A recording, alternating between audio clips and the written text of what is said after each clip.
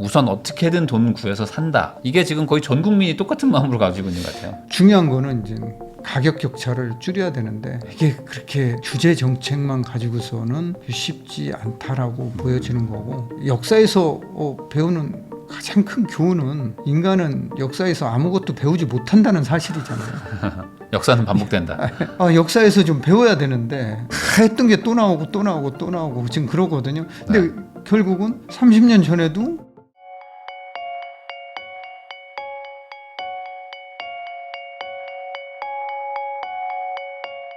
JEDWM의 고준석 대표님하고 이야기 나누고 있는데요. 그러면은 또 이제 한국 부동산의 어쨌든 좀 양극화가 심각한데, 이 양극화가 지금 끝도 없이 가가지고 요 얘기도 한번 해보려고 합니다. 최근에 이제 뭐 100억 넘는 아파트들도 계속 나오고, 뭐 이제 뭐 저기 성동구에 있는 아파트는 뭐 펜트하우스긴 하지만 뭐 200억을 돌파하고 막 이러고 있습니다. 그러면서 가격이 뭐 지금 잡힐 것 같은 느낌이 안 들고 계속 올라가고 있는데, 이 현상은 그냥 앞으로 어쩔 수 없는 뉴노멀이다라고 봐야 될까? 뭐 그냥 놔두면 될 것 같아요. 그냥 놔두자. 갈대하고 잡초하고는 크기가 자체가 틀리잖아요. 시장 자체가 틀리다 이렇게 보고, 그게 뭐 우리 시장에서 대부분을 차지한다라고는 모르는데 그러한 아파트는 일부분 극소수 단지에 불과하거든요. 그렇죠. 예, 그렇기 때문에 그 시장을 보고서 전체 시장을 바라보면은 이게 이제 힘들어진다라는 거죠. 그 시장과 일반인들이 접근할 수 있는 시장은 좀 다르기 때문에 다르게 좀 봐야 될 것 같다. 그 시장은 뭐 놔두면 됩니다. 어차피 지금 현재의 보유세율로도 가격이 올라가면 세금 많이 내야 되잖아요. 맞아요. 예. 그다음에 살 때도 세금 많이 내고 팔 때도 세금 많이 내야 되잖아요. 오른 것만큼 내야 되니까. 그래서 지금 현재 세율만 가지고서도 충분해 보입니다, 저는. 그러니까 거기는 그냥 놔두자. 네, 그 시장을 어떻게 좁히려고. 근데 그 시장 가격이 내려오지는 않아요. 오히려 그러다 보면은 밑에 있는 가격들이 키 맞추기가 될 뿐이죠. 근데 말씀해 주신 거대로 그냥 가장 상단을 내비두면 계속 이 상방이 열려서 계속 따라간다, 이런 논리도 있거든요. 그런 논리도 있죠.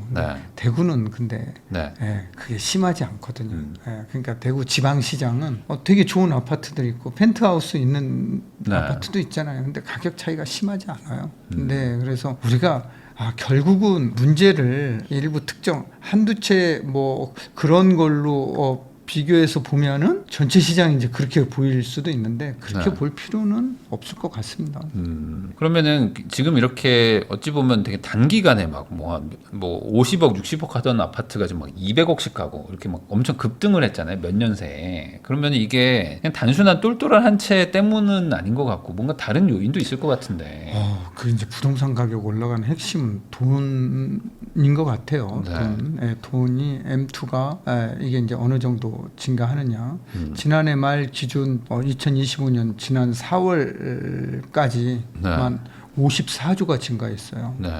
우리나라 M2가 4,240조 원입니다, 지금. 그러니까 우리 코스피 3,000 기준으로 해서 코스피 코스닥 살려고 하면은 얼마면 3,000조 오면 살 수 있는 시장이잖아요. 근데 우리 돈이 M2가 그 시장을 사고도 남을 돈이 지금 부동자금으로 유동자금으로 있다라는 거죠. 이렇게 통화가 계속 늘어난다. 근데 뭐 최근에 몇 년 사이에 정말 뭐 우리 대표님도 유명 크리에이터시지만 부자들이 너무 많이 늘어나는 것 같아요. 맞아요. 부자들이 많이 늘어났어요. 부자들이 그러면 이제 부자가 되면은 나 어디 살 거냐라는 거예요. 그러니까 집부터 본다라는 거예요. 근데 그런 집이 무한정 공급되는 게 아니라 특정 지역에 있는 그런 좋은 주택들은 한정돼 있다라는 거죠. 그들의 시장이다라는 거죠. 그들이 계속 사고 팔고 하는 시장이기 때문에 그렇게 이제 부자가 많이 늘어나고, 그러한 주택은 조금 시소하고, 그러한 영향, 그렇게 그 안에서도 수요와 공급이 있다.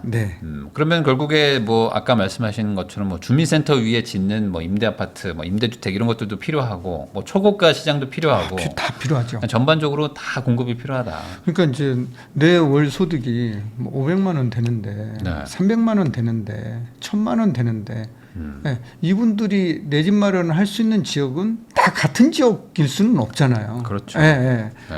소득에 따라서 지금 현재 있는 자산 상태, 또 뭐 증여받는 거 이런 거에 따라서 본인이 갈 수 있는 지역은 다 틀리잖아요. 그러니까 이제 거기에 맞게 내 집 마련하는 게 맞는 것 같고 시장은 다 나눠져 있지만 구분되어 있지만 네. 그 구분되어 있는 시장들끼리 이렇게 연계돼서 시장 하나의 시장으로 움직이고 있다 이렇게 보는 거죠. 그러면은 결국에 이제 고가 아파트, 뭐 신축 아파트 이런 것들도 좀 많이 공급이 돼야 되는데 지금 돌아가는 분위기를 보면은 결국에 사업성이 나온다 하는 곳들은 뭐 강남이나 이런 데들만 지금 좀 그나마 진행이 되지 웬만한 단지들은 뭐 진행이 안 되고 있거든요 지금. 이거 해가지고 답이 안 나온다. 이제 분양가 상한제 지역이잖아요. 네. 그럼에도 불구하고 강남은 시공사들이 그러니까요. 수주를 하려고 아주 경쟁이 치열하잖아요. 네. 예.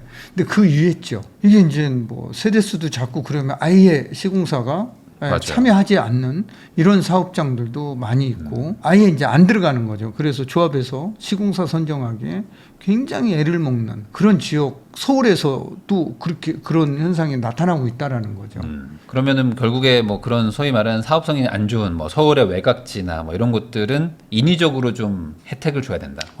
용적률 공급을 해야 되는 거니까 네. 공급을 하려고 하면은 그런 지역의 용적률을 좀 올려줘서 사업성 확보를 해주고 일정 부분 해주고 공공으로 조금 많이 일부 가져오면은 오히려 다 잘 되지 않을까요? 공급이 조금 더 원활해지지 않을까 이렇게 보여지는데 이 상태에서 그냥 드랍하고 있다라고 하면은 이게 결국은 기존 집값, 고가 주택 집값 상승에만 글로만 자꾸 모이니까 이걸 분산시켜줘야 되는데 그게 안 된다라는 거죠. 그래서 지금 그 분산 정책이 안 되다 보니까 계속 똘똘한 한 채로 가고 그러면 똘똘한 한 채는 또 결국에 비싸게 사더라도 더 올라가더라라는 게 지금 계속 학습 효과가 네, 일어나다 네. 보니 우선 어떻게든 돈 구해서 산다. 이게 지금 거의 전 국민이 똑같은 마음으로 가지고 있는 것 같아요. 그 이제 돈이 있으면 이제 그렇게 가는데 네.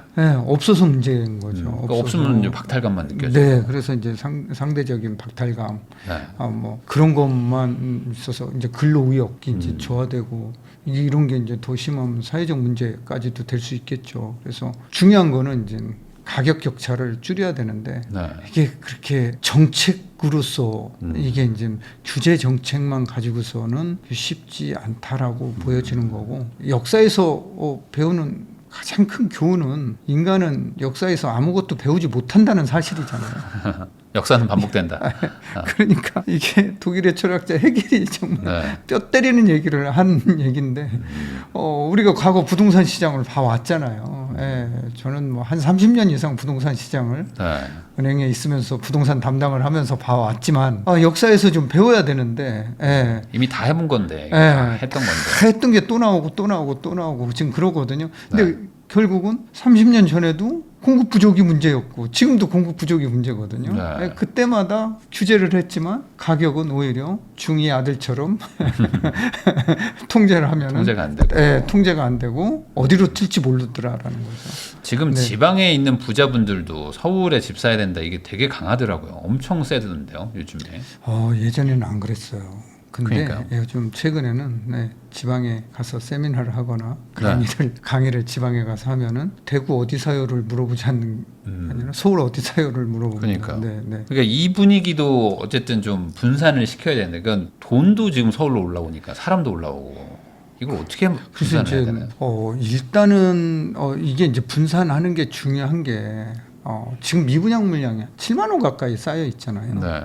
이게 지금 해소돼야 되거든요. 이게 해소되지 않으면은 건설사들 현금 흐름에 문제가 생기고 일부 건설사를 제외한 나머지 건설사들이 뭐 서울 지역이든 뭐 수도권이든 착공하기가 쉽지 않잖아요. 네. 그렇다라고 해서 금융기관에서 무작정으로 뭐 대출을 해주는 게 아니기 때문에 그렇다라고 하면 이 미분양을 어떻게 해소할 거냐도 뭐 이번 정부의 큰 과제인데 그것도 결국은 투자자들이 그 지역에 있는 사람들은 안 사거든요. 네. 그러니까 결국은 대도시의 투자자들이 그 시장에 진입을 할 수 있게끔 세금 규제 완화라는 거죠. 즉 임대사업자들 또 수분양자들한테 종부세라든가 취득세라든가 양도세 특례라든가 이런 이제 뭐 비과세 혜택을 좀 줌으로써 지방 아파트를 매수해서 거기에서 이제 이들이 서울 사람들이 거기 가서 살 수는 없잖아요. 네. 예. 거기에서 이제 순기능 역할을 할 수 있도록 임대를 사서 임대를 놓으면 그것도 시장의 순기능이잖아요. 네. 네. 순기능 역할을 할 수 있고 또 그 지역 사람들은 새 아파트에 좋은 아파트에 살 수 있으니까 이게 사회적으로 혜택을 또 받는 거잖아요. 네, 그래서 이제 그런 역할을 할 수 있게 미분양 아파트 문제도 이게 거기가 해결돼야지만 서울이나 수도권 지역에도 차적으로 착공을 한다라는 거죠. 네, 그래서 그런 부분도 되게 필요해 보이는 그런 시장인 것 같습니다. 그런데 이제 그렇게 하면은 또 다주택자들 돈 벌게 해준다 뭐 이런 반응들도 막 있거든요. 왜 그 부자들 돈 더 벌게 지방 가서 돈 벌게 해주냐 그러는데 저는 그런 분들한테도 반문하고 싶은 게 그게 옳을 것 같으면 지금 사시라고. 그러면 안 사시잖아요. 본인들은 또 안 사. 그러니까 결국에 이게 해결이 안 되는 거예요. 제 말이 그 말입니다. 그래서 이 상태로 갈 거냐? 네. 이 상태로 가면은 서로가 시장에 부담을 안고 가는 거거든요. 네. 누구에게나 무주택자에게도 부담을 안고 가는 거고 그렇기 때문에 그런 부분들은 빨리 해소해서 시장을 정상적으로 시장이 앞으로 나가는 게 좋을 것 같습니다. 그러면 이게 좀 2030년 막 이렇게 되면은 3기 신도시도 좀 들어오고 그리고 이제 뭐 인구 감소도 뭐 더 본격화되고 하니까 이걸 한 4년만 참아볼까 뭐 이런 분들도 있거든요. 그렇죠, 실제죠. 네. 그렇게 한번 해볼까 뭐 이런 생각하시는 분들도 있는데 이건 어떤? 그게 제가 예전에 2018년에는 어떤 얘기가 나왔었냐면은 네. 인구 절벽이라는 얘기가 그때 그렇죠. 화두였어요. 네. 그때 화두여가지고 인구 절벽인데 무슨 부동산 가격이 오르느냐. 네.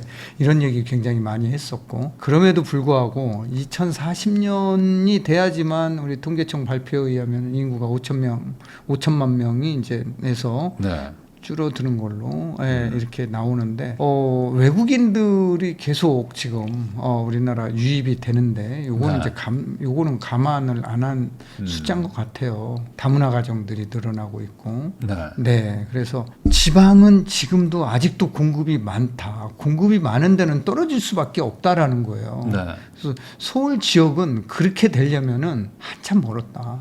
4년 후에는 그런 현상이 지금 입주 물량 추이로 봐서는 그런 현상이 나타나기는 정말 대추나무가 벼락 맞을 확률보다도 더 쉽지 않다 이렇게 보고 있어요. 그러니까 우리가 이제 지금의 어떤 가능성을 보고 미래를 예측을 하는 거잖아요. 근데 그렇게 예측하는 건 좀 무리가 있지 않나. 그래서 무주택자들은 매수자 우위가 형성된 지역들이 있잖아요. 그런 지역에서는 내 집 마련에 나서는 게 도움이 굉장히 될 것 같아요. 네.